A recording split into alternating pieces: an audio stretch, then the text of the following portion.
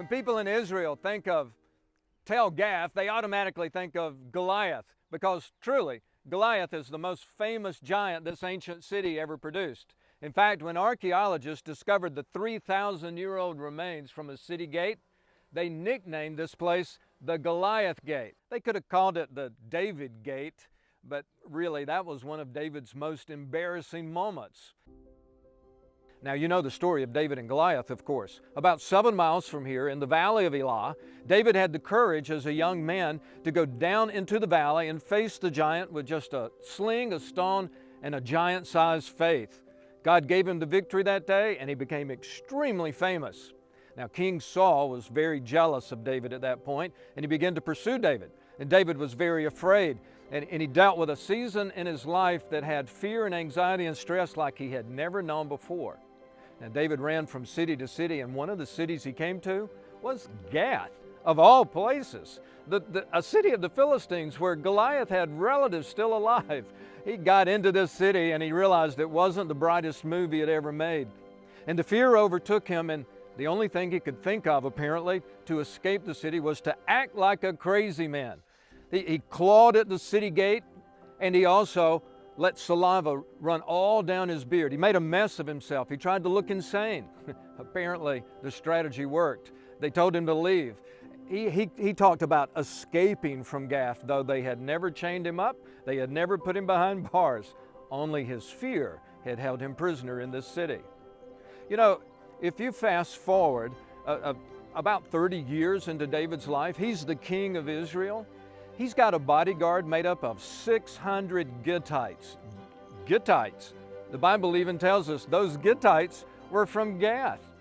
You remember the terms of battle Goliath had set up in the valley? You send your champion down and we'll have a fight. And if your champion happens to beat me, which seemed unlikely to anyone, we will all serve you. Well, David was the champion, and all of these men of Gath were ready to serve David.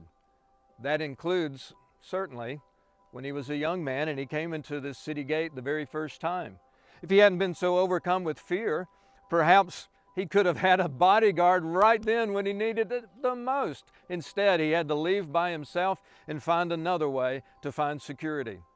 When he left here, he went to the caves of Adullam, and on his way, he apparently had a time of great self-reflection because he wrote a song that we refer to as Psalm 34. Have you read those words recently? David sings, "I will extol the Lord at all times. His praise will always be on my lips." Let's listen to it in language like this. I'm going to go back to being the young man of courage and praise and worship that I used to be. I don't like what I look like when fear makes those decisions in my life. And so I'm going to be that man of great faith. In fact, David says, I sought the Lord. I called out to him. He answered me and delivered me from all my fears. You know, wherever you are today, it could be in a place of great fear, of great stress, of great anxiety.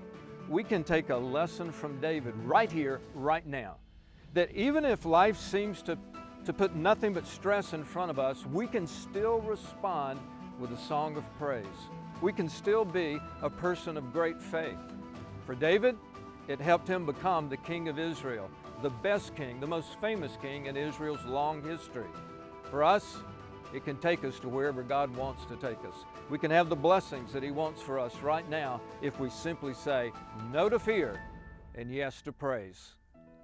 We're learning all kinds of secrets from what I like to call the ancient past of the Bible. From Gath, I'm Andy Cook.